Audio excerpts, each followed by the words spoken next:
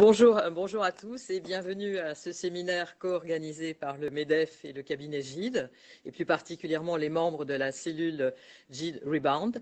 Ce webinaire est consacré à la responsabilité des dirigeants et nous allons essayer de vous donner des moyens de limiter les risques de vos mises en cause liées à la Covid-19. Avant de commencer, quelques règles d'organisation, puisque nous avons 460 inscrits à cette conférence. Il va y avoir 1 heure de présentation interactive entre les associés de GIDE ici présents. Et nous consacrerons 30 minutes pour répondre à vos questions. En raison du grand nombre de participants, nous allons vous demander, mais c'est une procédure que maintenant à laquelle chacun est habitué, de poser votre question sur le chat et nous répartirons les questions entre les différents intervenants qui répondront à vos questions. Il ne sera pas possible de vous donner la parole pour des raisons que vous comprenez aisément. Avant d'aborder les différents sujets, Patrick Martin, président délégué du MEDEF, va introduire cette conférence pour rappeler quelle a été l'action du MEDEF en ce domaine. Ensuite, il y aura un rappel des différents régimes de responsabilité civile et pénale, parce que je crois que c'est toujours utile de recadrer les conditions d'engagement de la responsabilité. Et une présentation plus complète sera mise à votre disposition ensuite. Après, Maître Aurélien Boulanger traitera de l'impact de la Covid au regard du droit social. Maître Jean-Gabriel Flandroy évoquera la question des risques spécifiques pour les dirigeants en droit des sociétés, la question des dividendes, les procédures collectives. Et Maître Sophie Semla et Aurélien Boulanger termineront cette présentation par les risques de mise en cause pénale. Je donne sans plus attendre la parole à Patrick Martin, président délégué du MEDEF. Bonjour mesdames et messieurs, maîtres. Merci à Joëlle Simon, que tout le monde connaît, mais dont je le rappelle qu'elle est l'éminente directrice des affaires juridiques du MEDEF et très précieuse au bon fonctionnement de notre organisation, d'avoir introduit la séance et puis bien sûr alimenter nos réflexions, ce qu'elle fera sans doute encore pendant la séance. Bien, je voudrais commencer par vous dire que cette période est évidemment extrêmement intense pour nous tous, elle l'est singulièrement pour le MEDEF, avec une période dite de télétravail qui a été particulièrement chargée, puisque le MEDEF se doit au bénéfice de ses adhérents, au bénéfice des entreprises. J'ai l'outrecuidance de dire peut-être au bénéfice de la collectivité, le MEDEF se doit donc d'être présent sur tous les sujets qui ont émergé de manière assez brutale, assez violente dans le cadre de cette crise du Covid, que pas plus que d'autres nous n'avions vu venir. Alors, cette crise, pour ce qui concerne les entreprises, elle prend 3 dimensions, bien sûr, comme pour tout un chacun, une dimension sanitaire. Ça n'est pas le lieu de s'exprimer sur ce volet-là, et le MEDEF n'a pas de compétences particulières en la matière. Une dimension économique, financière et sociale dont, à vrai dire, on ne connaît pas encore ni l'ampleur ni la durée, mais avec quand même la conviction que cette dimension va devenir prééminente et grave, en définitive. Donc là, le MEDEF est typiquement sur son champ, avec une présence aussi bien sur la dimension sociale que sur la dimension économique ou financière de cette situation. Et puis, ce qui me vaut le plaisir d'intervenir devant vous aujourd'hui, une dimension juridique et le cas échéant judiciaire. Ça n'est pas le lieu malgré tout de disserter sur une dimension qui n'est pas négligeable malgré tout dans la gestion de cette crise et qui relève ou qui relèvera probablement de la Haute Cour de justice. C'est quand même l'occasion de signaler que cette menace n'est quand même pas indifférente dans certains comportements et certaines décisions des pouvoirs publics. Donc on ne peut pas totalement l'occulter. Pour les entreprises, il y a 2 singularités françaises qui ont, je ne dirais pas constituer des circonstances aggravantes dans le cadre de cette crise, mais qui malgré tout compliquent la donne, si vous me permettez l'expression. C'est d'une part le principe de précaution, et d'autre part, et on se rapproche du sujet, ou je me rapproche du sujet, tout ce qui tourne autour de la responsabilité des dirigeants, y compris publics, pour un certain nombre de cas, responsabilité civile, le cas échéant responsabilité pénale. Je ne vous cache pas que jusque-là, le MEDEF ne s'était pas trop interrogé sur ce point, mais cette crise nous a valu de faire un peu de benchmarking et de relever que finalement, il y a assez peu de pays à travers la planète, je parle des pays dits développés, qui connaissent cet environnement juridique. Immanquablement, ça a pesé sur le comportement, sur les décisions des chefs d'entreprise, comme ça a pu être le cas en Italie quand même, mais très peu, voire pas du tout dans d'autres pays. Je vais vous citer un exemple que certains d'entre vous connaissent probablement, qui est celui de la réaction des dirigeants du secteur du bâtiment et des travaux publics. Ayez en tête que ce secteur d'activité, qui est quand même important pour la marche de notre pays, pour l'économie et l'emploi dans notre pays, s'est brutalement mis à l'arrêt. Quand je dis brutalement, c'est en l'espace de 48 heures, au point que son activité s'est contractée de 90% dès les premiers jours du confinement, alors qu'on parle, évidemment, vous le savez, de secteurs qui n'ont pas été interdits à cette époque. Et moi, j'ai été très frappé pour avoir participé à un certain nombre de discussions avec les organisations professionnelles concernées, mais également avec les pouvoirs publics, de voir que, notamment dans de petites entreprises, cette crainte de la mise en cause pénale a pesé très fortement dans la décision de ces chefs d'entreprise de mettre à l'arrêt leur société pour protéger leurs salariés. Ça, c'est évidemment louable, mais également pour se protéger eux-mêmes. Par comparaison, en Allemagne, le secteur du bâtiment et des travaux publics ne s'est jamais arrêté à plus de 20%. Donc ça donne une idée de l'impact tout à fait concret, tout à fait économique que cette menace a pu provoquer dans la réaction des entreprises, des chefs d'entreprise. Alors, en contrepartie, parce qu'il faut positiver aussi, ça a contribué à ce que, peut-être plus qu'ailleurs, les entreprises françaises mettent en œuvre rapidement tous les moyens de protection sanitaire au titre de l'obligation de moyens des chefs d'entreprise et qui ont quand même permis de rassurer les salariés, de rassurer l'opinion pour les secteurs d'activité ouverts au public, de sorte qu'on a tant bien que mal un peu limité les dégâts. Il est essentiel pour nous, pour les chaînes d'entreprise, pour le MEDEF lui-même, de bien mesurer les conséquences, les conséquences pratiques, concrètes que la loi du 11 mai occasionnera dans les décisions, dans les attitudes et dans les comportements des chefs d'entreprise. Je parle des chefs d'entreprise, j'ai oublié de préciser qu'on a observé également des comportements de protection de la part des cadres dirigeants, évidemment faisant l'objet d'une délégation de responsabilité. Donc ce n'est pas que le chef d'entreprise au sens propre du terme qui a pu être influencé par cette menace. Alors le sujet prend d'autres formes encore, mais ça n'est pas non plus le moment ni le lieu d'en parler.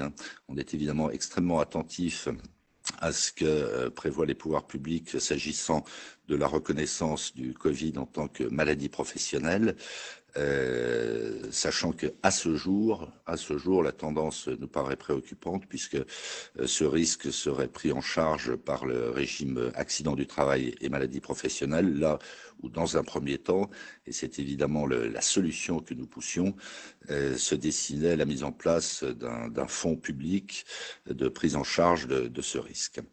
Donc ça va être un éternel recommencement.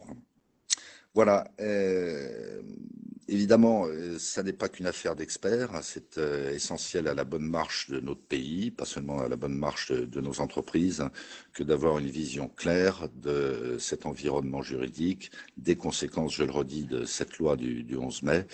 Et donc, il est essentiel pour nous d'avoir le point de vue éclairé des professionnels du droit sur ce sujet qui va nous occuper encore pendant bien longtemps. Merci de votre attention et bienvenue parmi nous, si j'ose dire.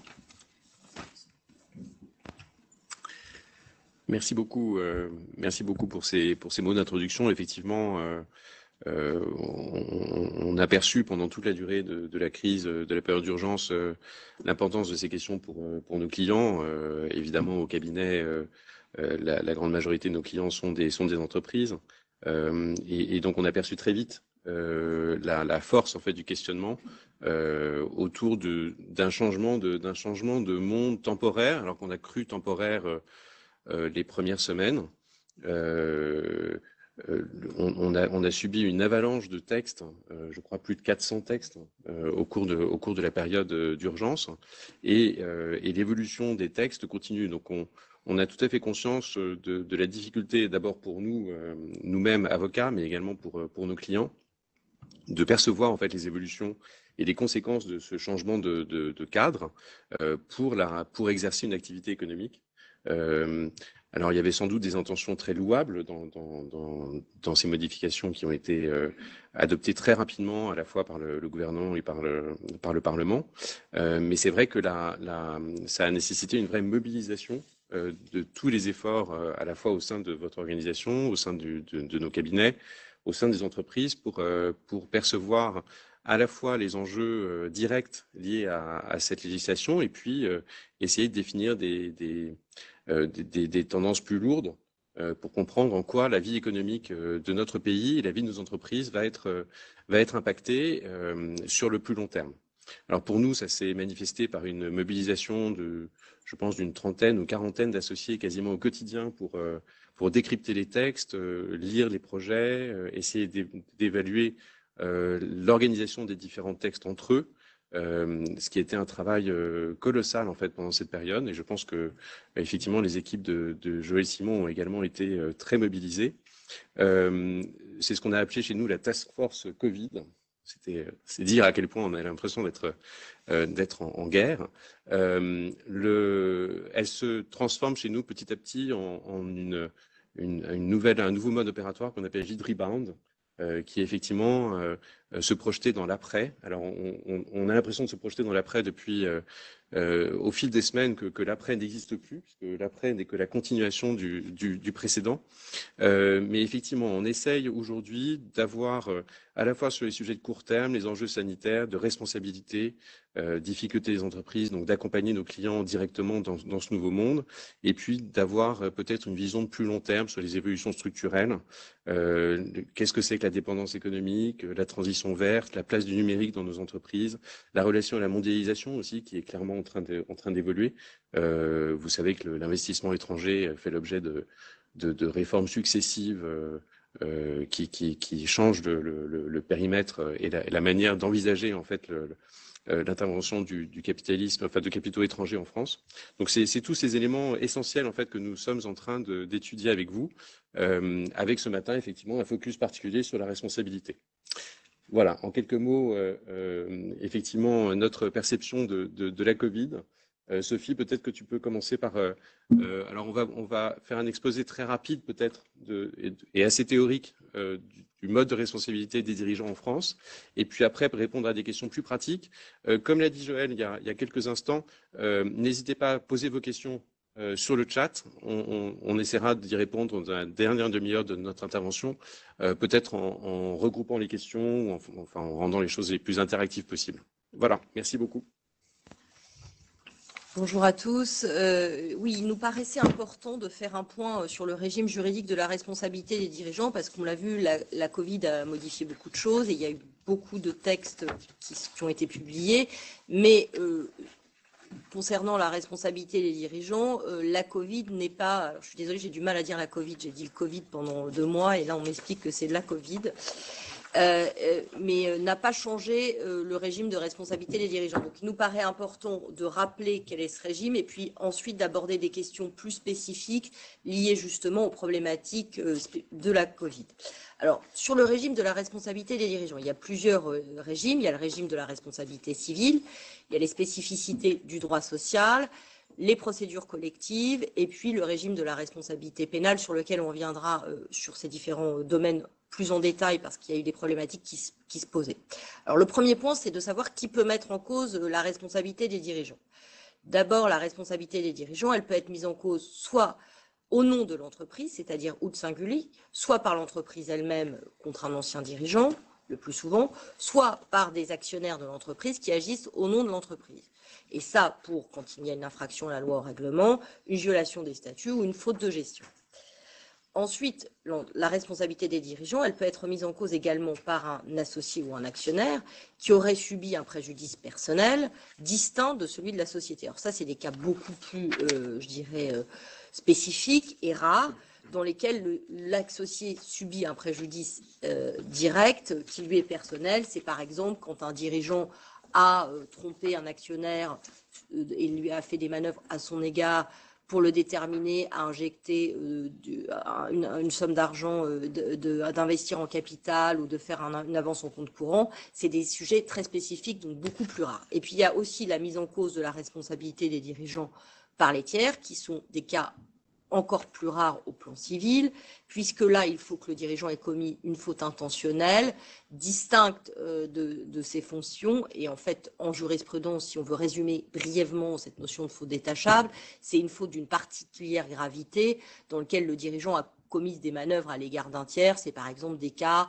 dans lesquels les dirigeants ont cédé à titre personnel et intervenu personnellement pour céder 2 fois une créance. Donc c'est des cas assez exceptionnels. Puis il y a un cas sur lequel on reviendra peut-être plus spécifiquement parce qu'il risque de se poser en pratique à cause de la Covid de manière plus réelle, c'est la mise en cause dans le cadre de procédures de redressement judiciaire quand un mandataire judiciaire va mettre en cause la responsabilité des dirigeants pour insuffisance d'actifs. Et ça, c'est un cas très spécifique. Alors, sur la responsabilité civile, il y a plusieurs types de fautes. Il y a la violation aux infractions, les manquements du dirigeant aux règles légales et au règlement, c'est-à-dire par exemple un dirigeant, faute classique, qui ne déciderait de ne pas assurer une entreprise. Ça, c'est une question de responsabilité assez classique et qui peut se poser. Il y a aussi la violation des statuts. C'est un dirigeant qui excède ses pouvoirs, qui va contracter un prêt qui est au-delà de ce qui est prévu par son mandat social. C'est assez classique. Et puis se pose aussi la question de la faute de gestion. Peut-être, Jean-Gabriel, tu veux en dire un mot? Oui, Sophie. Effectivement, peut-être avant de parler de la faute de gestion, aussi rappeler que certaines de ces fautes sont évidemment couvertes par les polices d'assurance que souscrit la société.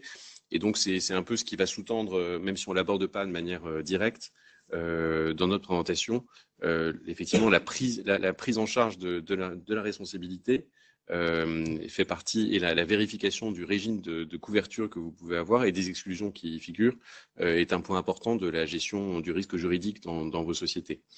Donc, sur la faute de gestion, effectivement, ça va nous occuper, je pense, pas mal dans le cours de la présentation, parce que c'est un peu le cœur de la responsabilité du dirigeant. Comme tu disais, Sophie, il y a des risques, la violation des lois, règlements, évidemment, la violation des statuts, ok, mais le vrai sujet pour le dirigeant d'entreprise, c'est à quel moment, en fait, on peut considérer qu'il est en faute dans son occupation quotidienne, qui est la gestion de l'entreprise.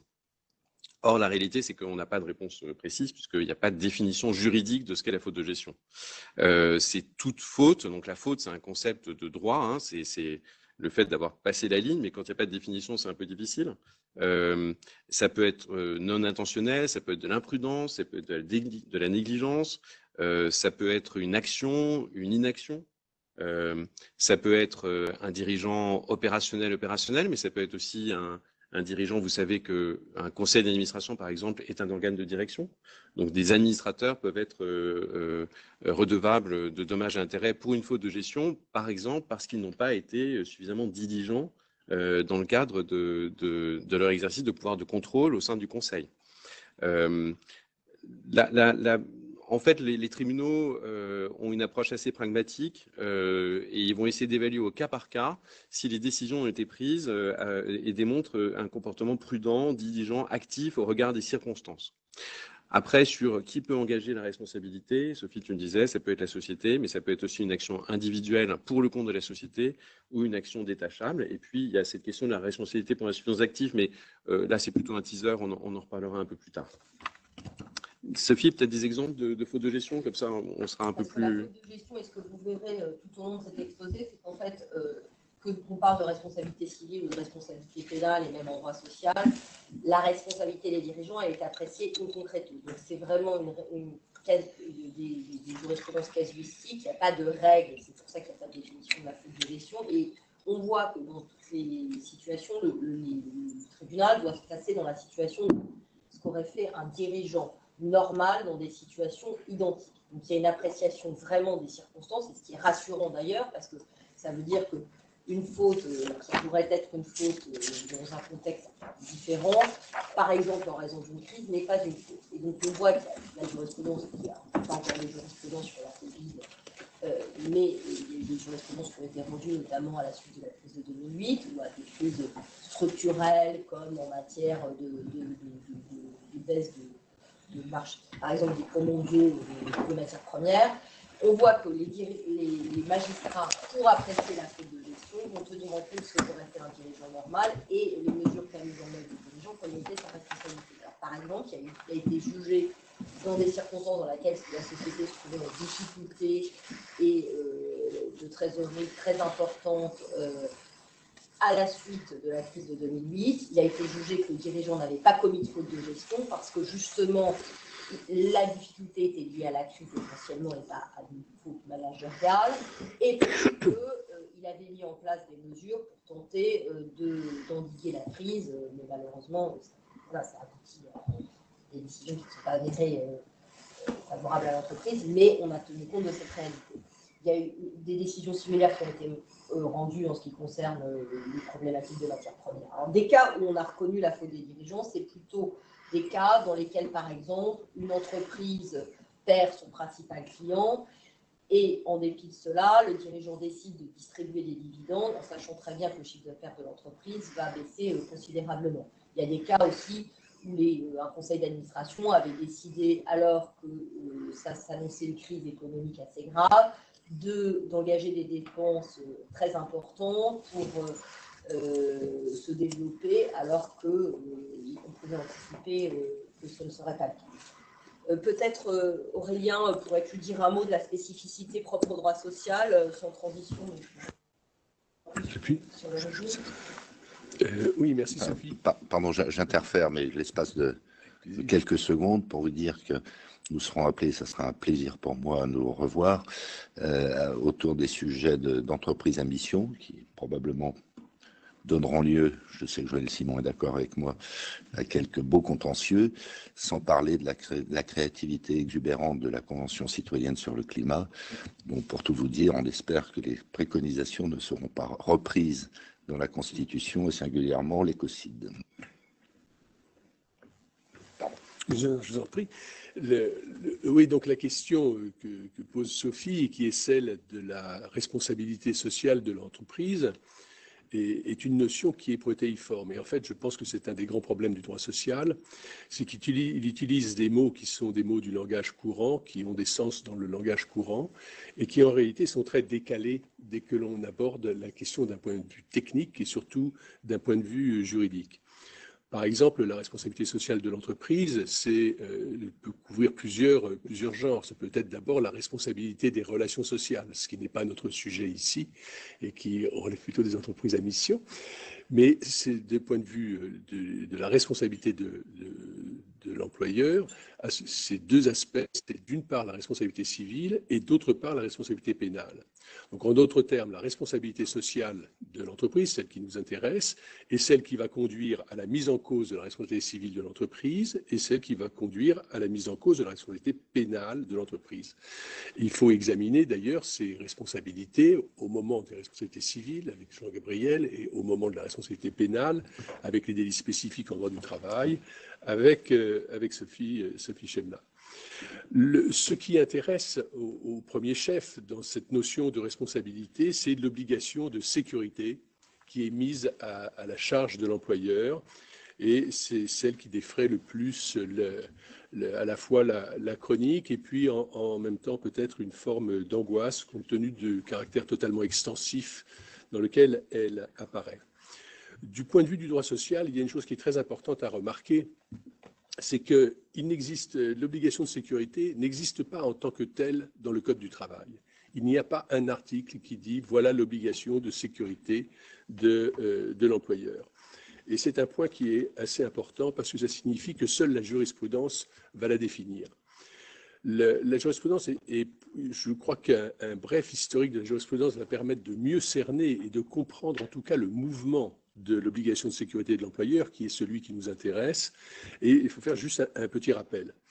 La responsabilité, l'obligation qu'a l'employeur vis-à-vis de ses salariés, elle a été mise en cause à la fin du 19e et principalement pour les accidents du travail. Et c'est là qu'a été créé un régime de responsabilité qui était un régime finalement assez simple. Il y avait dans le Code du travail des obligations réglementaires à la charge de l'employeur. Si l'employeur ne respectait pas ces obligations réglementaires, eh bien, sa responsabilité était engagée. En revanche, s'il respectait ses obligations, sa responsabilité n'était pas engagée.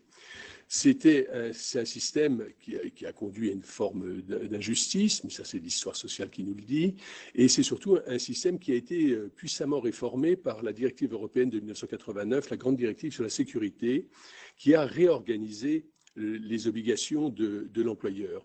Et au lieu de mettre l'employeur comme simplement devant respecter une sécurité, des obligations réglementaires de sécurité, et que la sécurité était simplement à sa charge, il y a eu une autre répartition des rôles, et il a été dit que l'employeur avait une responsabilité dans la sécurité, et il a été dit également que cette sécurité, cette charge de la sécurité, était aussi à la charge des salariés, et c'est comme ça qu'est apparue l'obligation de sécurité du salarié.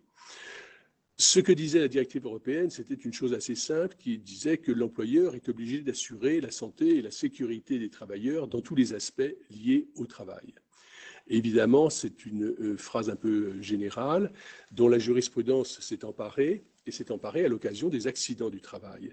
Et c'est ainsi qu'en 2002, et c'est la première fois que cela apparaissait, la Cour de cassation a décidé qu'il existait à la charge de l'employeur une obligation de sécurité de résultat. C'est-à-dire qu'on ne s'attachait pas à savoir ce qui s'était passé, on regardait simplement le résultat. Si le résultat est survenu, à partir de ce moment-là, eh bien l'obligation, l'employeur avait défailli dans son obligation et il était responsable. Ce qui est important de noter à ce sujet, c'est que cette obligation de sécurité de résultat était attachée au contrat de travail et servait en réalité à permettre une meilleure indemnisation des accidents du travail et des maladies professionnelles, puisque le Code de la sécurité sociale, qui répare forfaitairement ces événements, était assez insatisfaisant.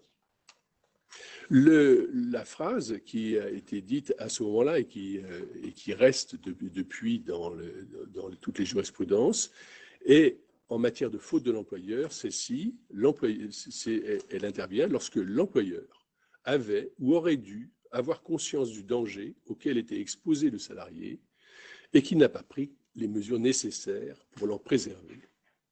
Donc une formule choc très forte de laquelle il est difficile de s'échapper. Le deuxième point pour la compréhension de l'obligation actuelle de sécurité, le deuxième point très important, c'est une réforme, un changement de position de la Cour de cassation en 2006 qui va changer le fondement de l'obligation de sécurité de l'employeur et au lieu de l'adosser sur le contrat de travail, donc simplement sur des questions d'indemnisation des accidents du travail ou des maladies professionnelles, va la décaler, quitter le domaine du contrat de travail et entrer sur le champ de la prévention des risques. Et à partir de ce moment-là, l'obligation de sécurité de résultat de l'employeur ne sera plus le simple fait d'avoir violé le contrat de travail en ce que la sécurité aurait dû être respectée, mais le fait de ne pas avoir prévenu, fait des mesures de prévention suffisantes pour que cet événement ne se soit pas produit. Et évidemment, là, il y a un mouvement beaucoup plus large qui s'est mis en place et qui absorbe absolument tout en matière d'obligation de sécurité. Et cette obligation de sécurité de résultat, fondée sur l'obligation de prévention, va évidemment avoir, comme on le verra tout à l'heure, va avoir des impacts assez considérables en matière pénale, puisque, en gros, pour prouver la faute pénale, il sera finalement plus simple d'aller devant la sécurité sociale et devant le tribunal des affaires de sécurité sociale et de dire, regardez, il y a une faute inexcusable de l'employeur, qui est assez facile à rapporter, pour aller après devant la juridiction pénale et de dire, regardez, l'employeur est fautif, la sécurité sociale l'a dit, donc évidemment, sa responsabilité pénale est engagée.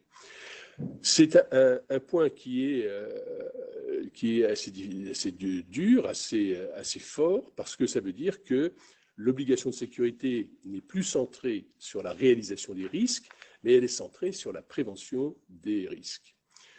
En 2015, et c'est le dernier grand mouvement de la jurisprudence, en 2015, la Cour de cassation a amodié, a adouci un peu sa position en décidant que cette obligation de sécurité n'était plus une obligation de sécurité de résultat, mais une obligation de sécurité de moyens.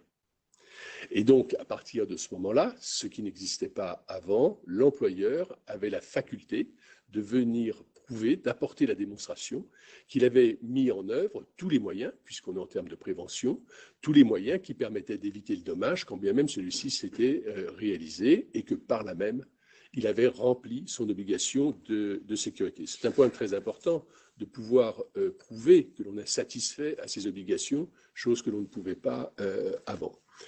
Alors évidemment, cette obligation de sécurité de moyens reste quand même empreinte du caractère coercitif de la jurisprudence d'avant, puisqu'elle est considérée comme une obligation de moyens renforcée, c'est-à-dire qu'il faut vraiment manifester des mesures de prévention très très importantes pour pouvoir y échapper. Il est d'ailleurs notable et intéressant de constater que ce revirement de jurisprudence s'est fait à propos d'un arrêt Air France, où juste les faits, si j'ai le temps, juste les faits en 2 minutes sont assez intéressants.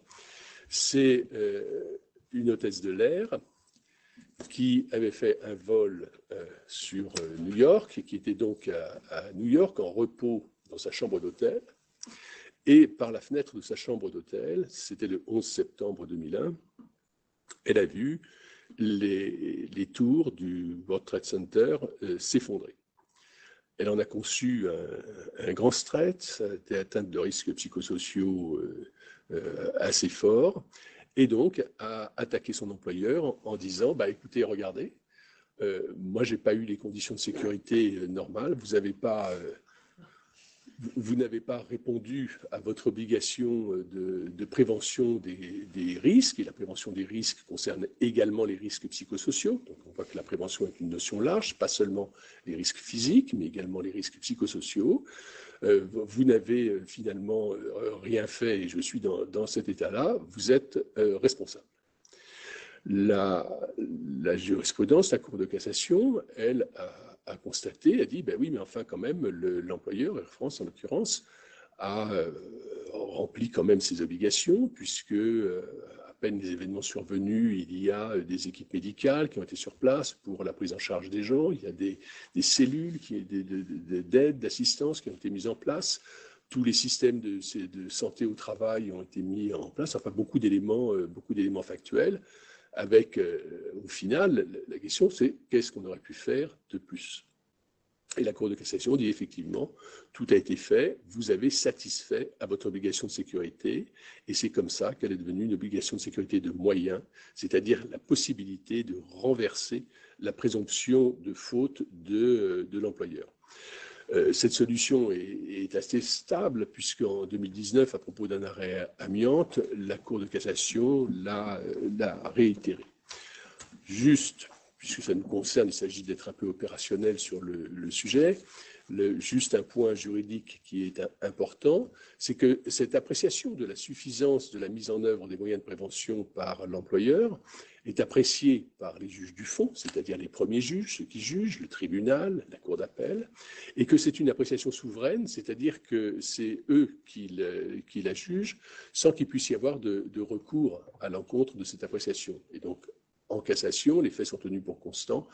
La Cour de cassation, qui est la juridiction suprême, ne remet jamais en cause l'appréciation qui a été faite par les juges du fond de leur point de vue sur la pertinence ou la suffisance des moyens de prévention qui ont été mis en œuvre.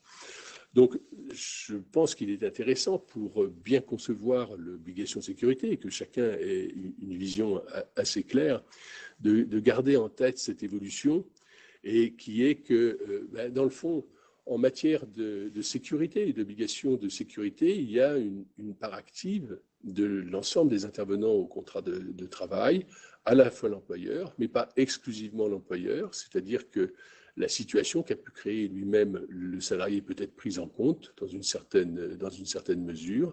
Et également, cela signifie que cela s'insère dans un ensemble plus large, qui est notamment tout ce qui sont les organismes de prévention des risques, et notamment les services de santé au travail, qui ont un rôle très important, ainsi qu'on a pu le voir pendant la période qui s'est écoulée. Voilà schématiquement l'obligation de sécurité de l'employeur. Alors juste pour finir sur les régimes de responsabilité très rapidement, avant d'aborder le risque pénal, je pense qu'Aurélien, effectivement, tes risques étaient plus des risques du quotidien pour les dirigeants.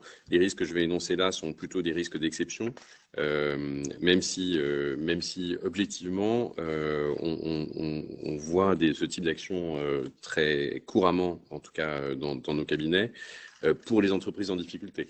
Le régime de la faute de gestion dont on a parlé tout à l'heure se traduit automatiquement en cas de liquidation judiciaire, donc dans l'hypothèse où la société a fait défaut, par ce qu'on appelle une action en responsabilité pour insuffisance d'actifs, qui est le risque principal en matière d'entreprise en difficulté, puisque vous savez qu'à partir du moment où une faute de gestion peut être reprochée aux dirigeants, au premier chef, d'ailleurs, l'absence de déclaration de cessation des paiements quand elle intervient, le liquidateur peut demander à ce que tout ou partie du passif soit mis à la charge d'un dirigeant de droit ou de fait.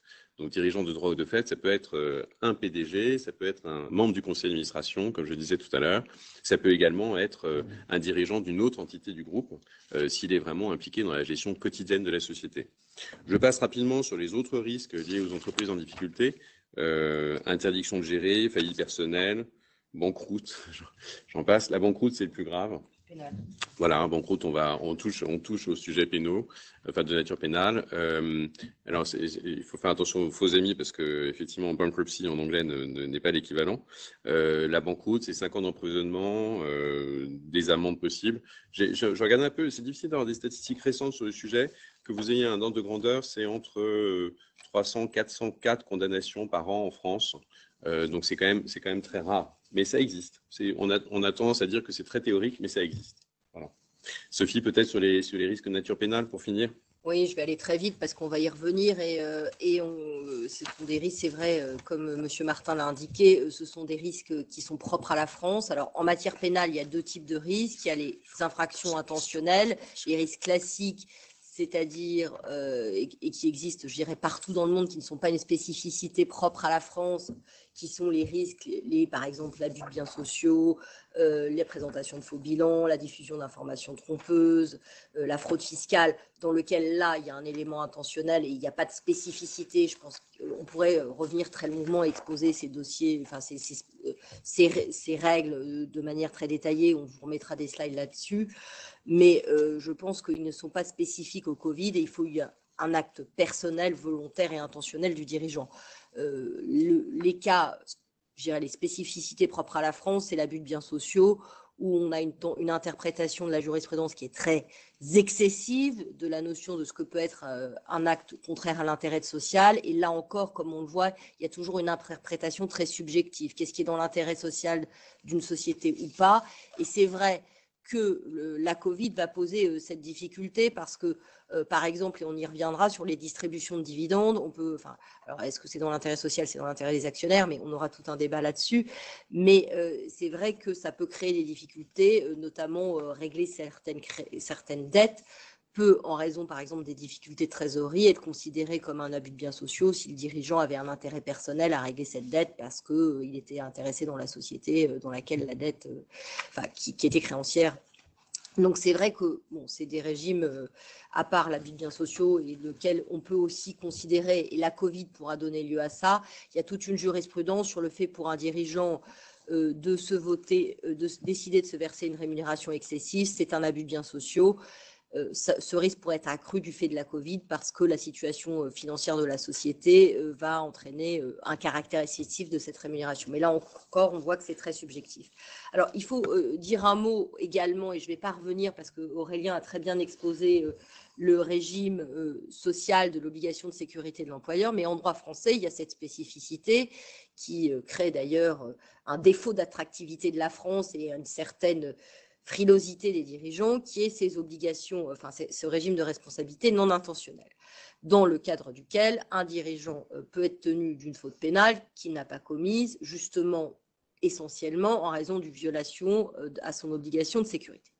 Alors là, il faut rappeler, et Joël Simon l'a présenté tout à l'heure, il y a effectivement la loi de mai 2020 qui a précisé la loi Fauchon, mais le régime de la responsabilité non intentionnelle des dirigeants avait déjà été posé par la loi Fauchon du 11 juillet 2020, qui est une loi qui a posé le principe d'une responsabilité, d'une appréciation in concreto de la responsabilité du dirigeant, et ça ressemble un peu à ce qu'on a dit tout à l'heure sur la faute de gestion, c'est-à-dire qu'on va se placer dans la situation d'un dirigeant normal. Alors, je vais reprendre quand même le texte de la loi Fauchon qui précise que donc il n'y a de délit en cas d'imprudence, de négligence ou de mise en danger délibérée, que s'il est établi que l'auteur n'a pas accompli les diligences normales, compte tenu, le cas échéant, de la nature de ses missions et de ses fonctions, de ses compétences, ainsi que du pouvoir et des moyens dont il disposait. Donc on voit qu'on doit se placer les diligences normales. Et il y a une appréciation qui est faite pour apprécier la responsabilité non intentionnelle en matière pénale du dirigeant au regard de la diligence normale et des circonstances extérieures. Et il y a notamment toute une jurisprudence qui a été rendue en matière d'amiante, où il a été considéré qu'il n'y avait pas de responsabilité pénale des dirigeants parce que le risque d'amiante était méconnu à l'époque où les salariés ont été exposés à ce risque. Alors là, ce point déjà est donc en résumé, si on veut essayer de...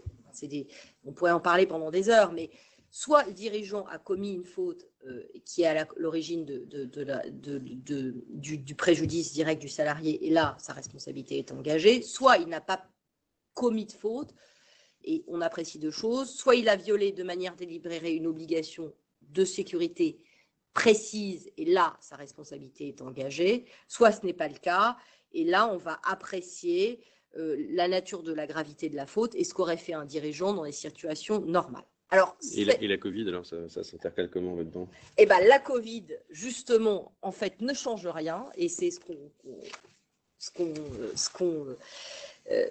il y a eu un texte, effectivement, qui est de la prorogation de la loi d'urgence sanitaire du 11 mai 2020, qui a inséré un texte dans le code de la santé publique. Et c'est intéressant parce que le texte n'a pas été inséré dans le code pénal, puisqu'il y a déjà la loi Fauchon dans le code pénal. Je n'ai pas le numéro du texte, c'est l'article 121.3 du code pénal.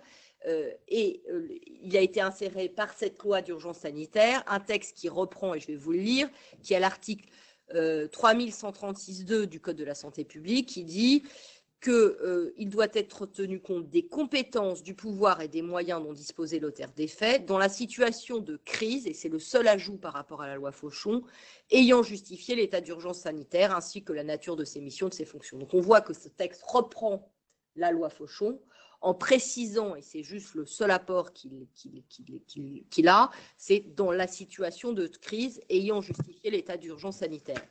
Alors, c'est une incitation, on peut le penser, qui sera faite aux magistrats, et on l'a vu parce que malheureusement, il y a des dossiers, il y a eu des plaintes qui ont été déposées pour mise en danger de la vie d'autrui ou pour coups et blessures involontaires contre des dirigeants d'entreprise au motif que leurs salariés ont attrapé la Covid. Et on viendra plus en détail tout à l'heure sur les circonstances et les motifs de l'infraction qui, à notre avis, ne paraissent pas réunis, puisque les infractions de mise en danger de la vie d'autrui ou de coups et blessures involontaires nécessitent des éléments très spécifiques, et notamment pour les coups et blessures involontaires, le fait qu'il y ait un lien de causalité entre la Covid et le poste de travail. Il va être très difficile d'établir que le salarié a été contaminé sur son lieu de travail, puisque le salarié a pris le métro, il a été à des réunions familiales, donc il a pu attraper la Covid, je dirais, n'importe où.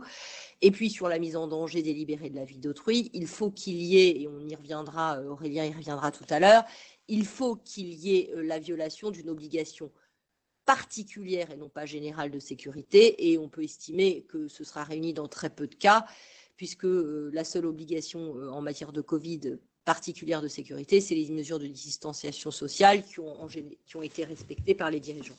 Mais c'est vrai que c'est quelque chose qui effraie, et si le risque juridique nous paraît in fine très difficile à remplir, il existe parce qu'on a un système judiciaire qui fait qu'en France, il y a la possibilité de se constituer partie civile et donc ouvrir une action pénale assez facilement, qui n'existe pas dans d'autres pays, et puis il y a beaucoup de communication, c'est aussi un enjeu de communication, on voit qu'il y a des plaintes qui ont été déposées par assassinat, enfin des choses qui n'ont quand même pas juridiquement beaucoup de sérieux.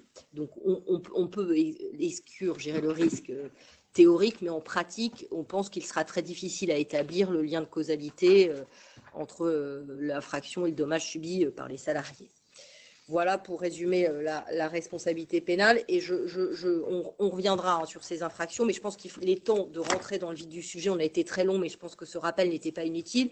Et Aurélien, rapidement, est-ce que la Covid, tu as expliqué de manière très claire l'obligation de moyens de l'employeur en matière d'hygiène et de sécurité. Est-ce que la Covid, et notamment toute cette, je dirais, cette émulation législative, a créé de nouvelles obligations et des obligations particulières de sécurité en matière sociale?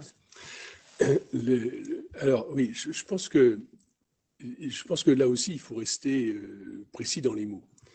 La Covid ne crée aucune obligation particulière, puisque seule la loi ou le règlement peuvent créer des obligations particulières. Donc la question est plutôt de savoir, est-ce que la loi et le règlement ont pris en compte, à travers les 400 nouveaux textes que Jean-Gabriel nous a cités tout à l'heure, est-ce que la loi ou le règlement ont pris en compte, en termes d'obligations particulières de sécurité, la situation générée par le Covid? Il faut évidemment rester dans le cadre qui a été indiqué, c'est-à-dire que pour que la responsabilité pénale, puisque nous sommes en train de parler de celle-là, puisse être engagée, il faut que soit constatée la violation d'une obligation particulière de sécurité prévue par la loi ou le règlement. Ça, c'est la condition exacte, une des conditions exactes de mise en cause de la responsabilité pénale. Il y a donc plusieurs sujets. Il faut qu'il y ait une obligation. Ce n'est pas suffisant qu'il y ait une obligation. Il faut qu'elle soit particulière, c'est-à-dire qu'elle ne soit pas générale, ce qui va exclure les obligations de prévention en soi, puisque les obligations de prévention sont des obligations générales qui indiquent des modalités à mettre en œuvre et non des prescriptions spécifiques à suivre. Et il faut également que ce soit prévu par la loi ou le règlement. Par la loi, il n'y a pas de difficulté. Par le règlement, il faut le concevoir, désolé d'être un peu juridique comme ça, mais il faut concevoir le règlement d'une manière organique, c'est-à-dire un texte qui est émis par une autorité qui a le pouvoir d'édicter un règlement. Et de ce point de vue-là, on accepte d'entrée tout ce qui n'est pas réglementaire, tout ce qui est Q&A sur Internet, tout ce qui est fiche conseil, on pourra en dire un mot à propos du dernier arrêt du Conseil d'État, tous ces éléments qui, en réalité, ne relèvent pas du pouvoir réglementaire et d'une édiction normale d'un règlement, et donc ne sont pas une obligation particulière de sécurité prévue par la loi ou le règlement.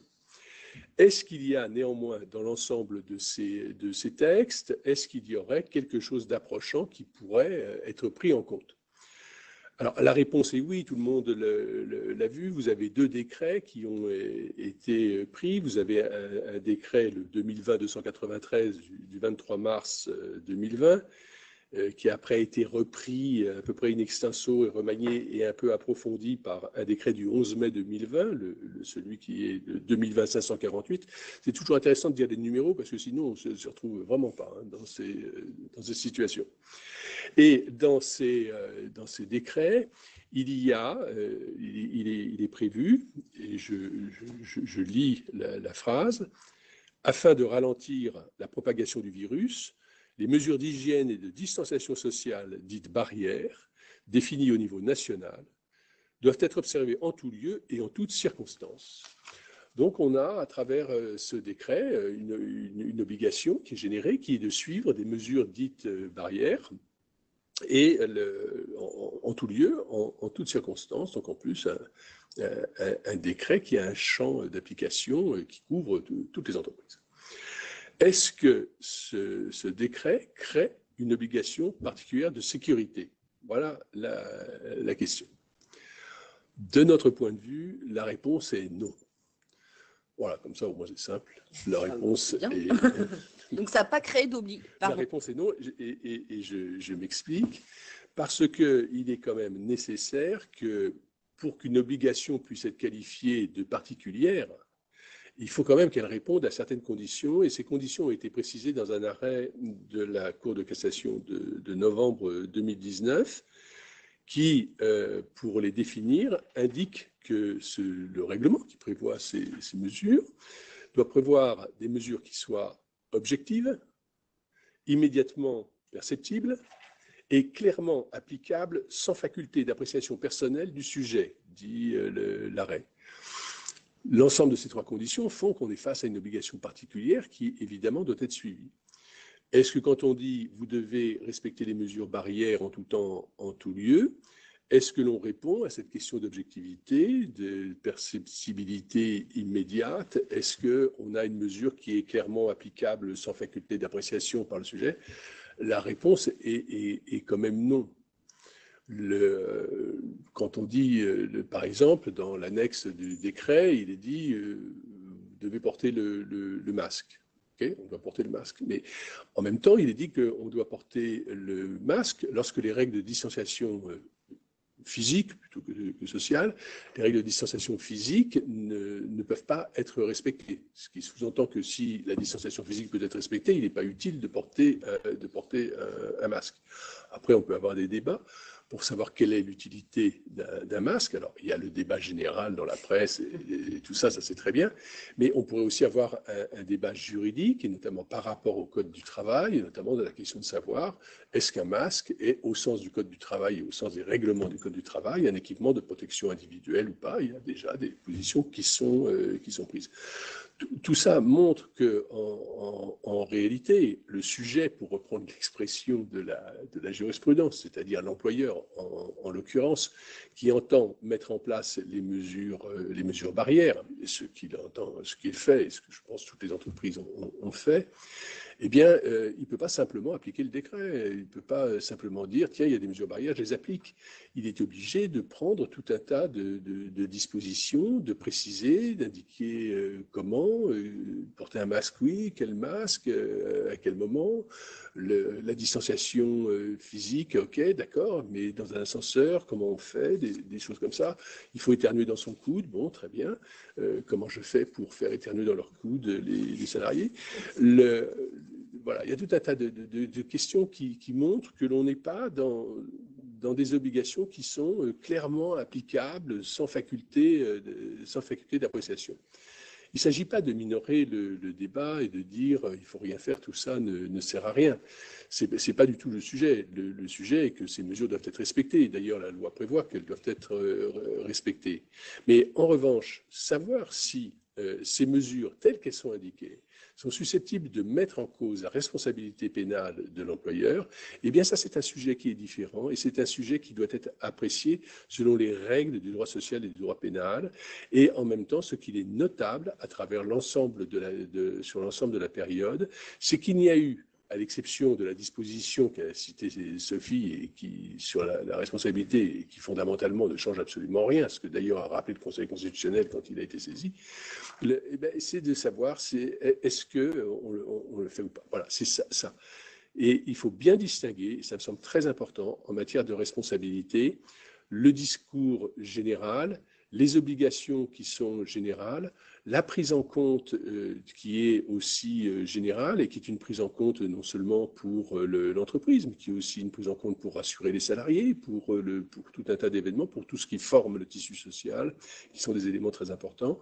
Voilà, ça, il y a cette prise en compte. Mais après, en termes de responsabilité, En termes de mise en cause de la responsabilité, notamment de la responsabilité pénale, eh bien, nous devons respecter les textes, et les textes n'ont pas changé, et de ce point de vue-là, il n'y a pas de législation Covid.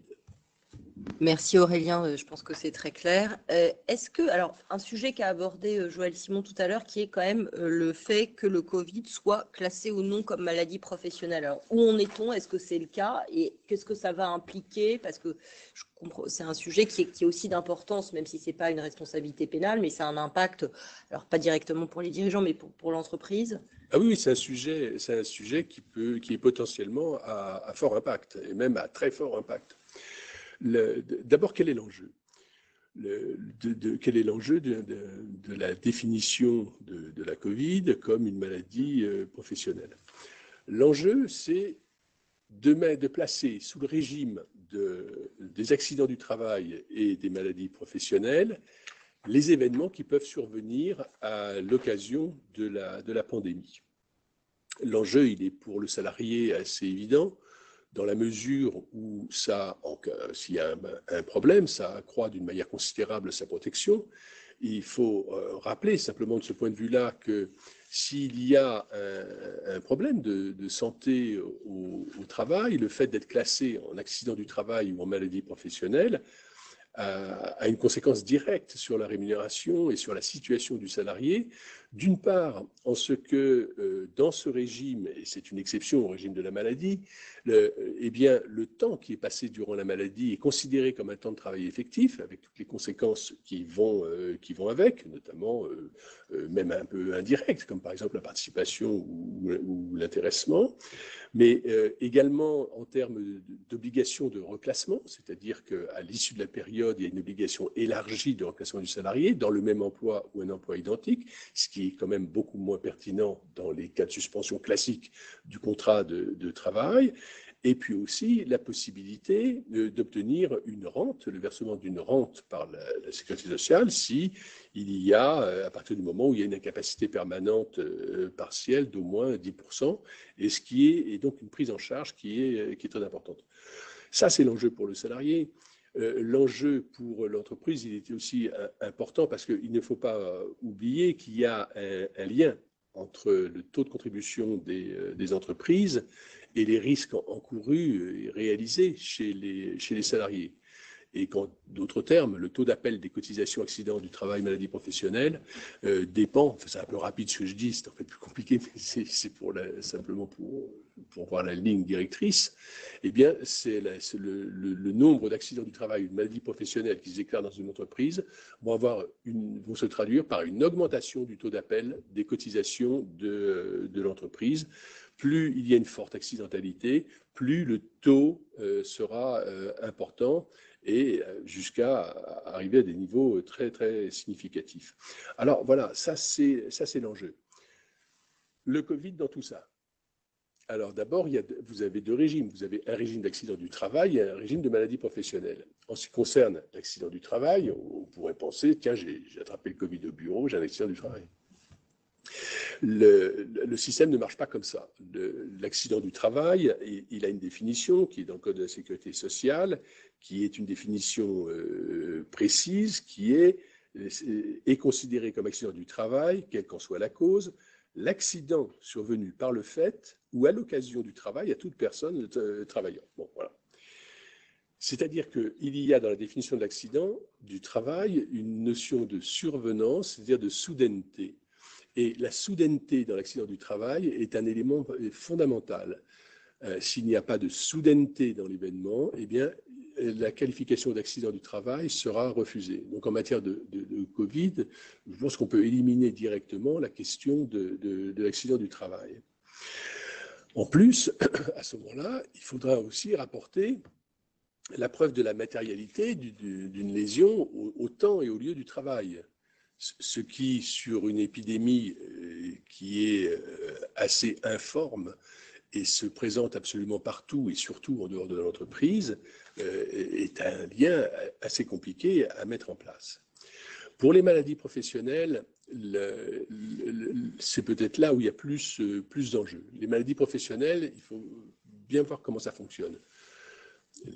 est une maladie professionnelle, une maladie qui résulte de la profession. Ça, c'est un peu le langage basique, c'est ce qu'on peut lire. En fait, c'est un peu plus compliqué que ça, juridiquement. D'abord, les maladies professionnelles, vous en avez deux sortes. Vous avez celles qui sont inscrites sur un tableau et celles qui ne sont pas inscrites sur un tableau.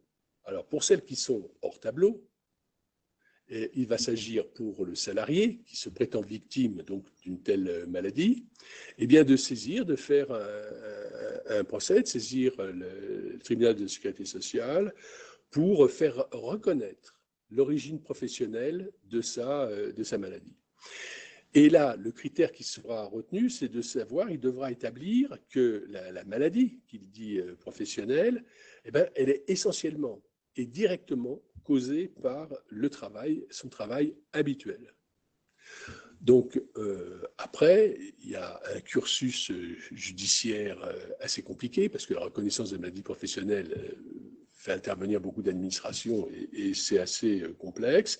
Il y a par exemple la nécessité d'avoir l'avis d'un comité régional de reconnaissance des maladies professionnelles. On entre dans un système un peu kafkaïen qui fait que, en réalité, de ce point de vue-là, la situation est totalement aléatoire et ne réussit d'ailleurs jamais. Mais elle réussit jamais, non pas qu'il n'y ait pas de maladie professionnelle, mais parce qu'en réalité, l'essence du système est de dire que les maladies professionnelles sont inscrites sur un tableau. Et donc, il y a un tableau des maladies professionnelles. S'il y a la maladie qui est inscrite sur le tableau, à partir de ce moment-là, il y a une présomption légale d'origine professionnelle de la maladie, et ça évite tous ces parcours, et le système est assez simple. Il suffit d'indiquer, voilà, j'ai la maladie du tableau, je suis malade, cette maladie est inscrite sur le tableau, donc voilà, je dois être pris en charge.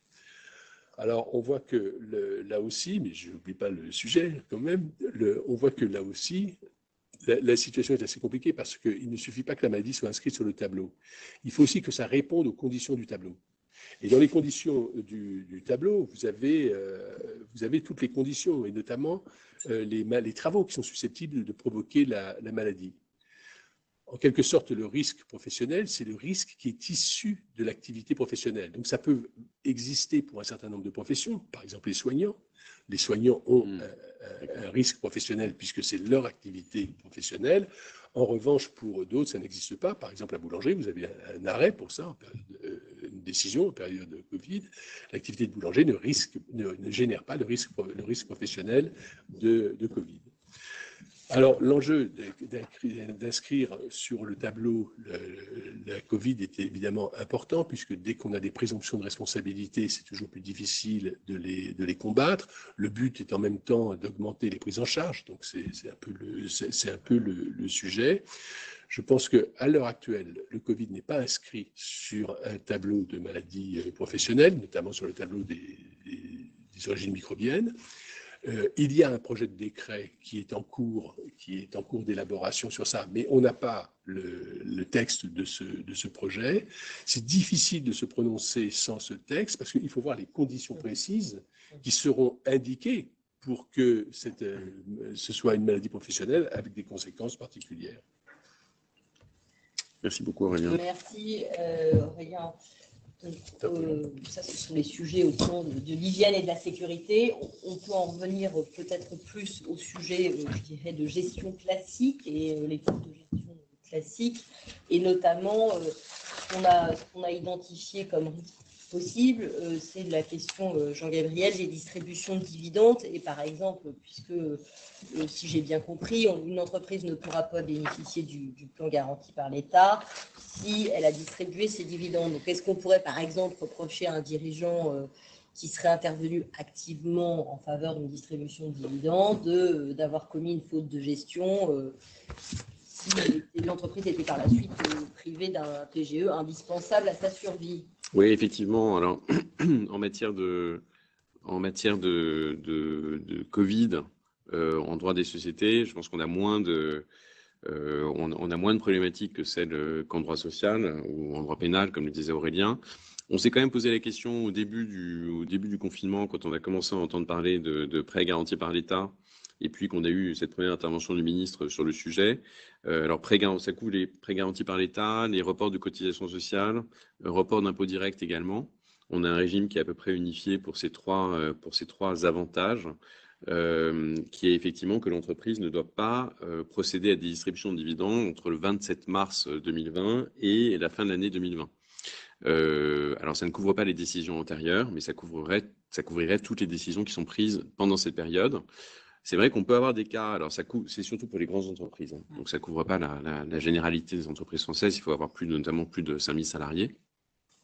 Mais on peut clairement avoir une question d'engager la faute de gestion du dirigeant in fine pour un cas dans lequel une entreprise qui pensait ne pas avoir besoin de prêts garantis par l'État en début de confinement se trouverait à court de liquidité pendant la période et aurait procédé, nonobstant la publication de ce régime, à une distribution de dividendes avec une recommandation, par exemple, du conseil d'administration en ce sens.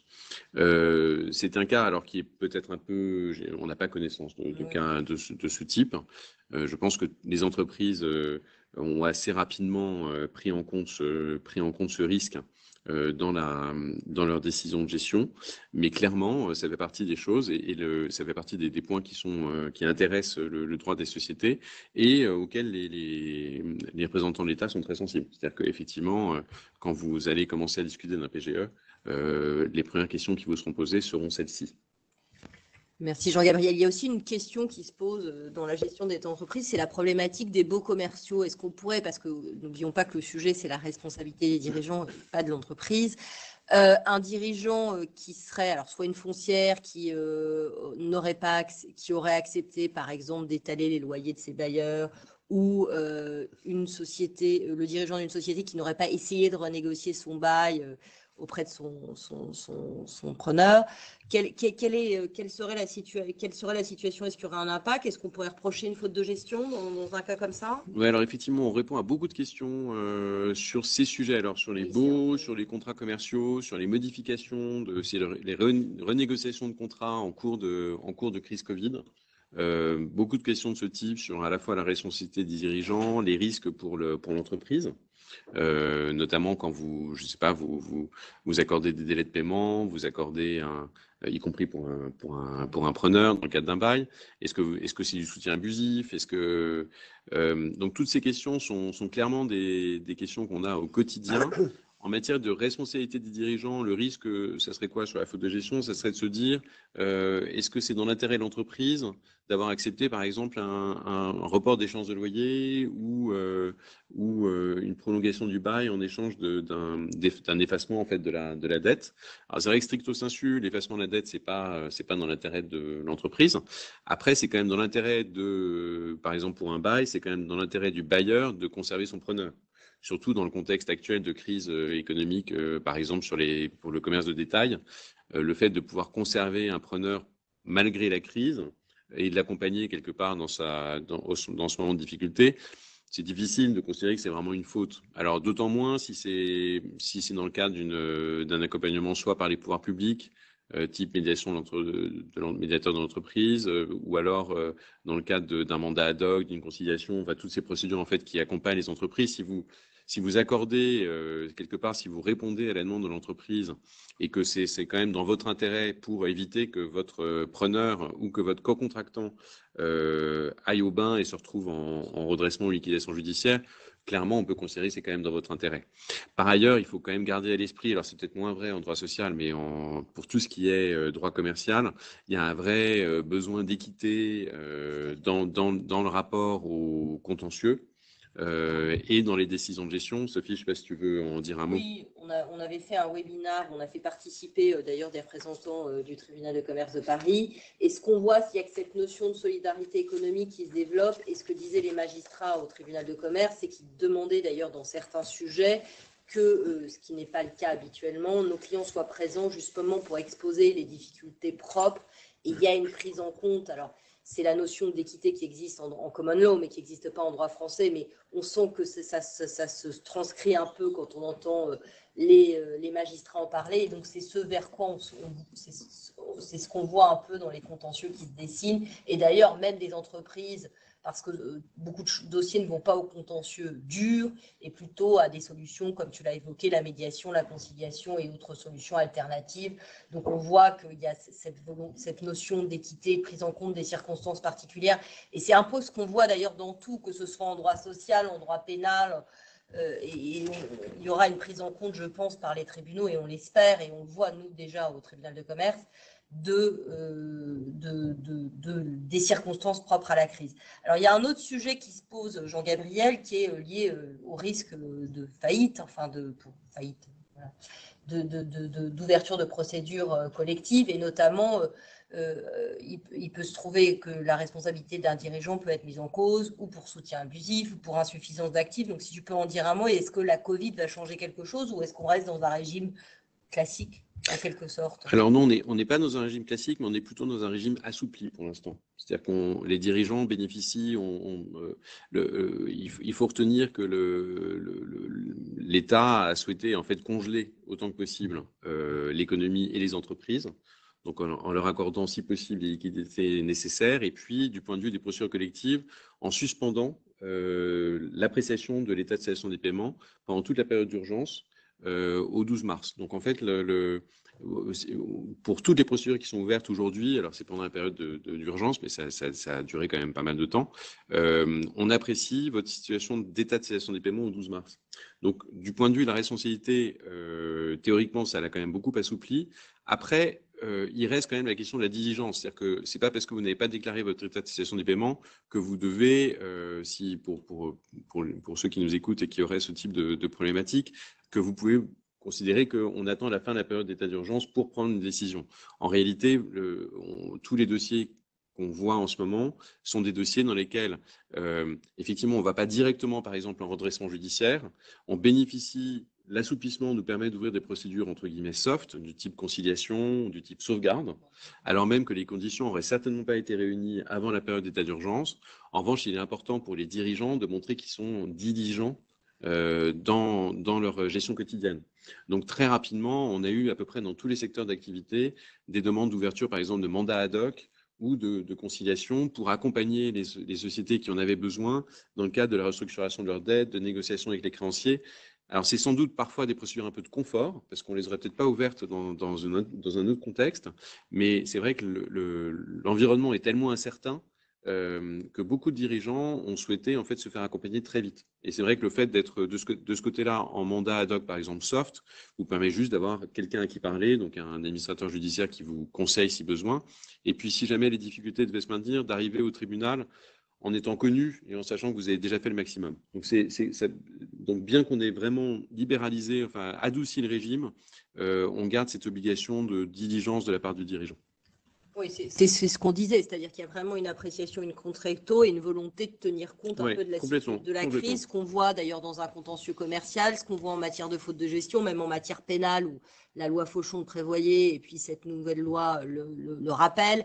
Donc c'est vrai qu'on voit une espèce de prise en compte de la crise. Est-ce que tu recommandes, toi, aux dirigeants justement d'anticiper justement pour se protéger, les dirigeants se protéger de oui, parce que alors clairement, au mandat ad hoc. Oui, ce qu'on appelle entre guillemets le parapluie judiciaire, ce que nos anciens appelaient comme ça, mais ça reste effectivement d'actualité. Il y a vraiment une grande sollicitude de la part des tribunaux de commerce à la fois une très grande sollicitude pour les dirigeants d'entreprises qui sont en difficulté aujourd'hui, pour les accompagner au maximum, et puis une grande dureté, je pense aussi, pour les mêmes dirigeants quand ils sont face à des tiers et dont on pense qu'ils n'agissent pas de manière, dans l'intérêt, disons, de la collectivité. Donc c'est vraiment ces deux tendances qu'on trouve en ce moment dans nos contentieux, du point de vue de l'accompagnement de l'entreprise en difficulté et du dirigeant qui a besoin d'aide pour gérer ces difficultés. Clairement, tout le monde est là pour les aider aujourd'hui. Mais c'est un peu le sentiment qu'on a en droit pénal, même si on n'a pas encore vu les éléments, mais sur les infractions non intentionnelles, je pense qu'il y aura cette prise en compte et ce à quoi incite le législateur. Il y a peut-être un sujet qui est un tout petit peu différent, et là on pense qu'il y aura peut-être beaucoup plus de sévérité.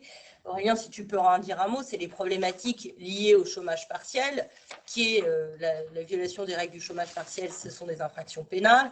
Et donc là, peut-être qu'on peut s'attendre à ce qu'il y ait une plus grande sévérité et ce sera peut-être le cas, je dirais, le risque en fait le plus avéré compte tenu de la Covid, enfin en raison de la Covid.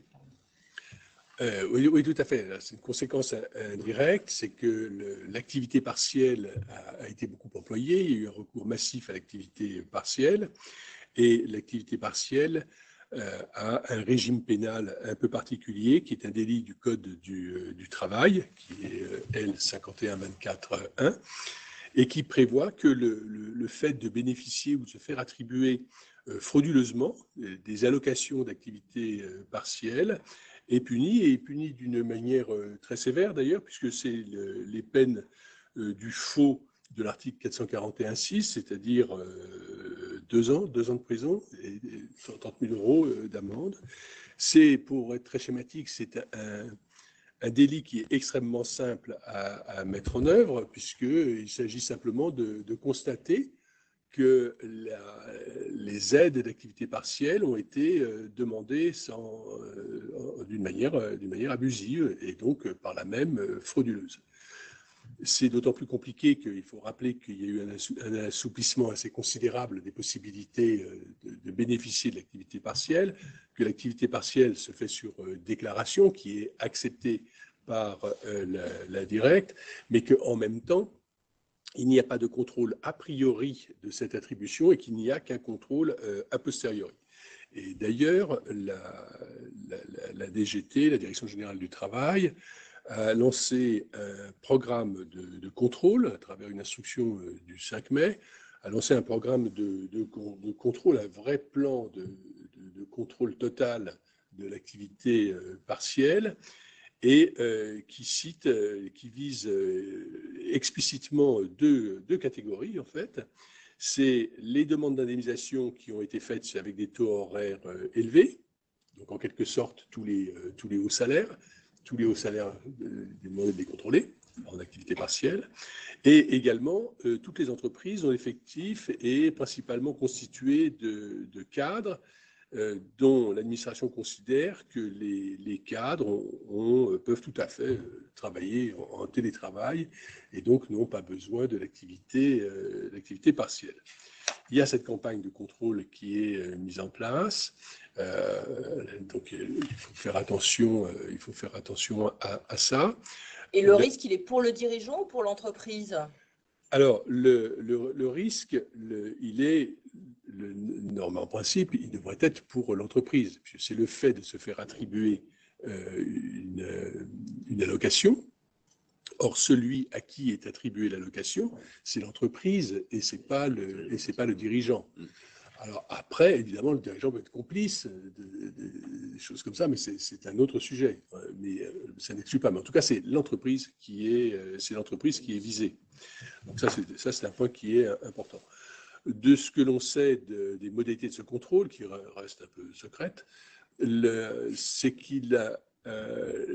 que le point principal sera une demande sur la justification des conditions de l'activité partielle. En d'autres termes, pour quelles raisons telle catégorie ou tel salarié ne pouvait pas faire du télétravail, pour faire très court. Alors après, il y a toujours la même chose, c'est normalement un délit, c'est-à-dire avec une intention, mais il faut bien voir que dans nos matières, l'intention n'est pas quelque chose de très, très, très bien constitué. Attendu que les circonstances de l'espèce établissent l'élément intentionnel, ce qu'on voit dans toutes les décisions, c'est présumé par les juges. Oui, il y a ça, et puis il y a aussi l'autre versant qui consiste à dire que la violation d'une obligation emporte en elle-même l'intention. Une espèce de déclinaison très large de nul n'est censé ignorer la loi. Comme on connaît la loi, si on a enfreint la loi, c'est donc qu'on l'a fait volontairement puisqu'on la connaît. Bon, vous savez, tant que personne ne connaît la loi. D'ailleurs, personne ne serait capable de dire quel est le nombre de délits applicables en France. Certains pensent qu'il y a... Non, mais même les pénalistes, on sait. Même les pénalistes ne sont pas parvenus. Bon, pour mémoire, le Code du travail dans l'édition d'Allos fait plus de 1800 pages, donc un gros travail pour le chef d'entreprise de le connaître. Donc voilà, ça c'est un sujet qui est un point d'attention assez important. a priori, le contrôle de l'administration devra être, dans un premier temps, un contrôle documentaire avec une demande d'un certain nombre d'éléments. Et puis après, selon ce que révèle le contrôle documentaire, à ce moment-là, des contrôles physiques. Mais c'est une supposition. En tout cas, c'est un point qui est un point important. Et donc, il n'est pas uniquement sur les modalités de... Ce ne sera pas uniquement sur vérifier que l'entreprise a bien demandé, enfin, que les salariés ou l'entreprise a respecté les règles de chômage partiel, mais même ça interroge la justification même du chômage partiel pour l'entreprise. C'est pas juste une vérification, en fait. Non, c'est pas juste une vérification. Oui, okay. Ça interroge. Donc, ça interroge même le fondement, en fait, de la décision d'origine, a posteriori. C'est-à-dire qu'il faudrait diviser cette question. D'accord. Mais surtout, le présupposé, c'est de dire que pendant les heures chômées, donc les heures d'activité partielle, pendant les heures chômées, est-ce que le salarié a travaillé? D'accord. Oui. Par exemple, est-ce qu'il y a des visioconférences, est-ce qu'il y a des échanges de mails, des choses comme ça? Et s'il a travaillé, évidemment, à partir de ce moment-là, il n'avait pas été en activité partielle. Il ne faut pas non plus inquiéter les gens. La question aussi, vous savez, l'activité partielle, elle est en deux temps. Il y a une demande qui est faite d'activité partielle, la possibilité après de mettre les salariés en activité partielle, mais dans l'activité partielle, c'est quand même l'employeur qui rémunère le salarié et après, il est remboursé par l'État. Et donc, en réalité, on peut penser que c'est au moment de cette demande de remboursement, puisque c'est là où est versée l'allocation, que se situera le problème. Donc ça répond d'une certaine façon à la question, c'est-à-dire qu'il peut y avoir eu des mises en activité partielle peut-être un peu massives comme ça, mais qui dans la réalité n'ont pas conduit, en fait, chaque cas est particulier, mais il faut être attentif à cela. Je peux peut-être, Joël Simon, indiquer que, d'après nos informations, les cas qui sont remontés à l'administration sont des cas qui ont été signalés par des dénonciations. Donc, c'est pas sur la base de contrôle, c'est sur la base de dénonciation majoritairement. Enfin, c'est ce qui nous a été remonté. Oui, de toute façon, l'intervention de l'inspection du travail est globalement une intervention sur délation. Et d'ailleurs, c'est quelque chose qui est assumé pleinement par l'inspection du travail. Par exemple, vous avez une instruction du 19 mai sur les plans de déconfinement, fiches métiers, etc., dont le mode de connaissance dit la chose suivante: il vous appartient, donc c'est ce qui est dit aux inspecteurs du travail, de faire connaître ces documents aux organisations professionnelles, aux organisations syndicales, aux chambres consulaires, ainsi qu'à tout autre relais d'information auprès des entreprises. Bon, on doit informer les entreprises, mais on doit surtout informer les parties prenantes de l'entreprise. Donc on ne se doute pas que c'est simplement pour avoir une discussion de salon sur la portée des textes juridiques. Merci beaucoup Aurélien. Est-ce que nous avons des questions, Morgane Clémence? Oui, alors on a surtout des questions en droit social, donc pour Aurélien. Donc la première, on a un participant qui nous demande comment s'analyse l'obligation de sécurité de l'employeur lorsque celui-ci n'était pas en mesure de protéger ses salariés. Le participant nous donne l'exemple d'une entreprise de transport sanitaire qui aurait dû continuer à prendre en charge des patients alors même qu'il n'était pas en mesure de fournir des masques en raison de la pénurie. Oui, ça c'est effectivement une question. Surtout qu'a priori, en matière sanitaire, normalement, aurait dû être employés les masques FFP2, donc et pas simplement des masques chirurgicaux, lesquels étaient sous embargo. Donc on comprend tout à fait que cette personne ait pu ne pas le faire. On comprend aussi tout à fait que ne serait-ce que par solidarité avec les gens, il fallait continuer de faire les transports sanitaires. Formellement, il y a un sujet au regard de ce que l'on a dit. Maintenant, il faut regarder plus en détail, et comme disait Sophie, il faut porter des appréciations vraiment in concreto, c'est-à-dire des appréciations non pas abstraites, mais des appréciations sur la réalité des faits et de savoir le pourquoi. Parce que même si un texte est enfreint, il peut éventuellement, peut-être pas juridiquement, mais il peut quand même y avoir une forme de justification et par là même, ça peut par exemple déjà éviter des poursuites, puisque le parquet a l'opportunité des poursuites, il n'est pas obligé de poursuivre tout. On a une deuxième question relative à la sécurité des employés. Le Premier ministre avait présenté le télétravail comme étant la norme pour les entreprises qui pouvaient le mettre en place. Est-ce qu'on pourrait imaginer qu'un risque particulier pourrait peser sur l'employeur qui ne l'aurait pas mis en place? Et quid de la période de déconfinement où les règles sur le télétravail sont encore moins claires que précédemment? Alors, pendant la période de confinement, le télétravail était une modalité d'exercice du travail qui surtout évitait d'aller à l'entreprise, c'est-à-dire permettait aux gens qui étaient confinés de travailler quand même. Donc là-dessus, il n'y avait pas de. En fait, ce qui était obligatoire, ce n'était pas le télétravail. Ce qui était obligatoire, c'est le confinement. Et si on est confiné, on peut télétravailler. Et donc c'était ça qui était dit. C'était une forme d'incitation à dire, c'est éviter aussi l'activité partielle, éviter le chômage technique, et donc la charge de l'État, parce que il y a des tas de choses que vous pouvez continuer à faire à distance. Donc là-dessus, je pense qu'il n'y a pas trop de problème. Après, dans la période de déconfinement, il y a eu le fait de dire qu'il faut privilégier le télétravail. Alors, il faut privilégier le télétravail, il faut le privilégier de deux façons. D'abord, parce que le plan de déconfinement était un plan progressif, et donc le télétravail permettait d'assurer cette progressivité. Et puis, ensuite, ça peut être une modalité de fonctionnement de l'entreprise. Et puis après, ça visait surtout une catégorie particulière de personnes qui étaient les personnes à risque. Vous savez, il y a une liste de 11 catégories de personnes qui sont à risque. Les personnes d'un certain âge, les personnes d'un certain poids, les personnes de certaines maladies. Voilà. Et cela, évidemment, étant à risque, pour eux, il fallait privilégier le télétravail. Maintenant, au jour d'aujourd'hui, le protocole de déconfinement a encore été allégé. Il n'est même plus dit que le télétravail est la règle. Donc, en quelque sorte, le télétravail reste un sujet éventuellement pour les personnes à risque. Et sans ça, on redevient une modalité d'organisation du travail au sein de l'entreprise, bon, qui a une préférence, parce qu'évidemment, elle assure la distanciation physique d'une manière assez radicale. Merci. On a une question, cette fois pour Sophie.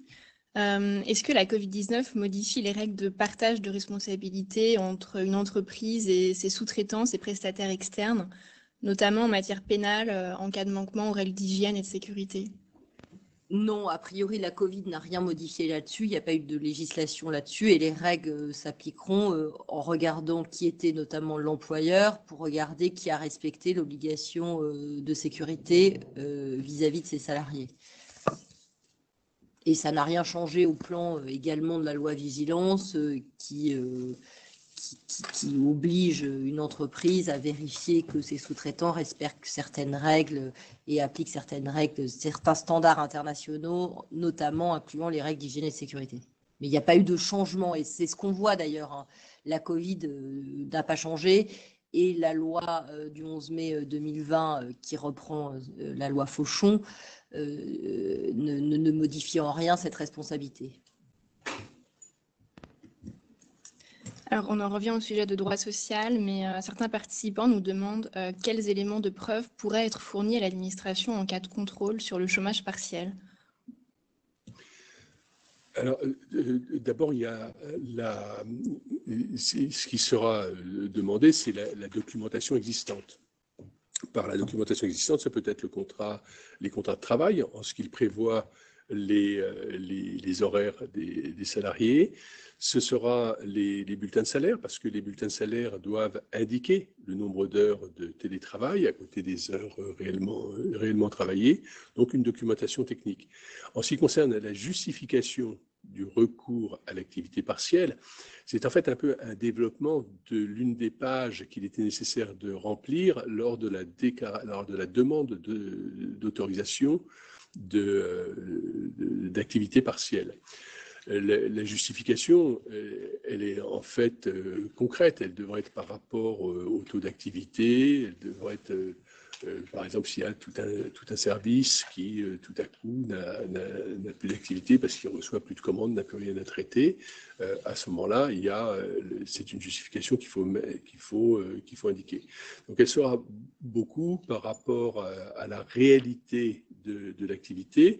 Alors, les modalités de preuve de réalité de l'activité, elles vont passer par des éléments un peu périphériques et des éléments d'ordre comptable. C'est peut-être aussi des questions sur la baisse des relations téléphoniques. Ça dépend exactement en réalité de l'activité dont on parle. Si c'est la difficulté, ça va être plutôt pour les activités de cadre, qui sont des activités plutôt générales et qui sont des activités d'encadrement. Donc, il en reste toujours un peu une partie de ce point de vue-là. Merci. On a une question qui est liée à la reconnaissance de la maladie professionnelle. Est-ce qu'on pourrait imaginer que dans certains cas, par exemple, on peut penser aux abattoirs, mais que l'apparition d'un cluster dans une entreprise mette plus à risque certains dirigeants et favorise la reconnaissance d'une maladie professionnelle? Alors, il est clair que la survenance d'une maladie interrogera plus que son absence, ou en tout cas que sa survenance d'une manière tout à fait ponctuelle.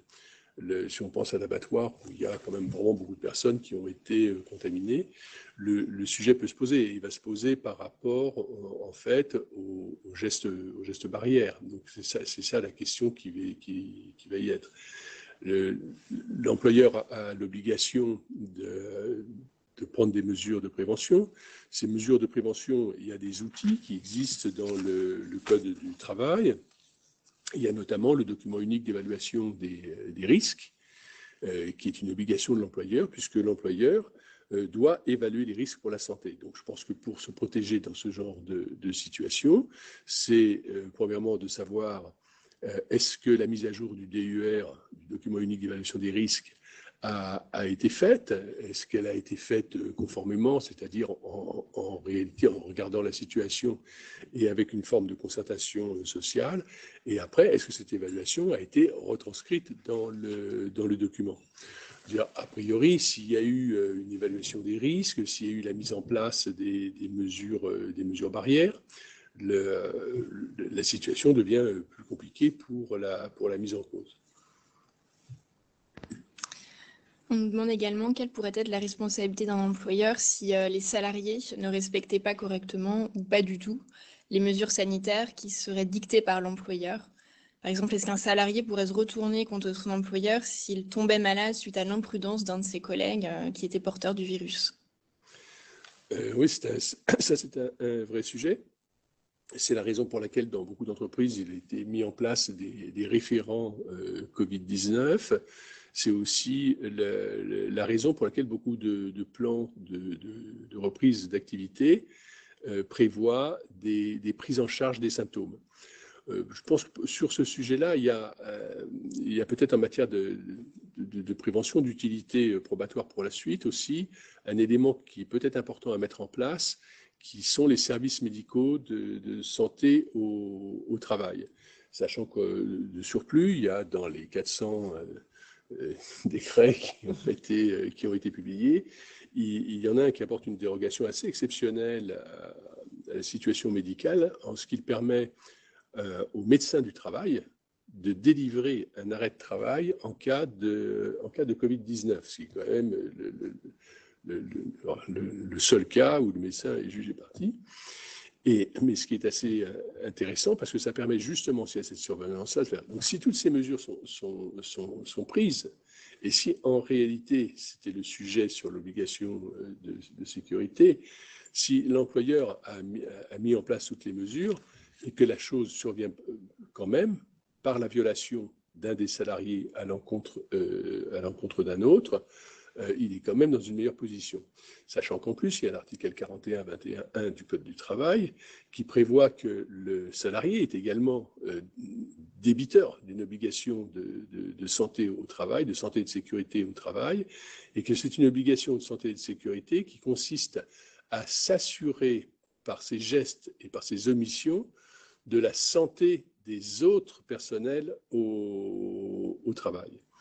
Maintenant, d'un point de vue strictement juridique, en termes de responsabilité, pénale ou civile, à condition qu'on arrive là, ce qui est quand même loin d'être évident, il faut quand même dire que l'action d'un salarié par rapport à la responsabilité de l'employeur, l'action d'un salarié, y compris celle de la victime, une espèce d'auto-mutilation, n'est pas exonératoire de la responsabilité de l'employeur. On est dans un système qui est quand même un système assez rigoureux. D'où l'importance de mettre en place un certain nombre d'obligations et effectivement, et notre auditeur a tout à fait raison, de les documenter et de les documenter préventivement. En quelque sorte, c'est toujours utile de faire un dossier parce que le jour où les choses arrivent, comme ça, c'est après souvent difficile de reconstituer ce que l'on a fait. Oui, et puis c'est également de veiller au respect des règles parce que nous, on le voit souvent dans des dossiers d'accident du travail où il y a des consignes de sécurité qui ne sont pas respectées de manière notoire et là, la responsabilité de l'employeur est retenue parce qu'il était les règles des consignes de sécurité, le port par exemple des équipements de sécurité n'étaient pas respectés. Il faut ne pas hésiter à sanctionner s'il y a un non-respect et rappeler le rappel des règles de manière régulière, de manière à se prémunir, parce que l'idée c'est aussi, comme on l'a vu, il y aura une prise en compte du comportement du dirigeant, une appréciation en fonction des circonstances factuelles, donc si on a un message à faire passer, c'est aussi se prémunir, c'est-à-dire anticiper, se dire il y aura peut-être un problème là-dessus, donc je vais vérifier, je vais rappeler les règles sanitaires, on va bien faire un affichage, respecter tout cela et puis sanctionner les gens qui ne respecteraient pas le port du masque ou des choses comme ça. C'est un peu la même chose en matière de procédure collective, c'est anticiper en se disant on va avoir un risque de trésorerie, bon, plaçons-nous sous mandat ad hoc pour anticiper. Peut-être que ça n'ira pas à la casse, mais au moins on s'est prémuni. Et ça, je pense que c'est peut-être le meilleur moyen. C'est pas seulement prévoir des règles, mais c'est les appliquer et anticiper pour essayer de limiter justement ce risque de mise en cause. Et je pense que les magistrats, c'est un peu dans nos échanges avec les autorités, c'est ce qu'on voit, c'est qu'il y aura une prise en compte des circonstances particulières et de la diligence. Donc, s'il y a un message qu'on peut faire passer aujourd'hui, c'est oui, on peut limiter la responsabilité. Le régime n'a pas changé du fait de la Covid, mais il y a la possibilité, par l'anticipation, par le respect des règles et puis la preuve du respect des règles, de limiter sa responsabilité. On a peut-être une dernière question. On a beaucoup parlé des salariés, mais quid de la responsabilité du chef d'entreprise qui recevrait des personnes extérieures, par exemple des clients ou des prestataires, ou qui continuerait à organiser des réunions?